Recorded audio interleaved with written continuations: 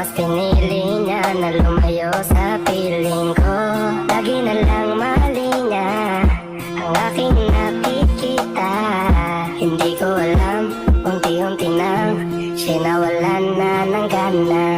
Sana iyong alagaan, mahalin at ingatan. Nagsisisi akong hinayaan na mawala na lang, hindi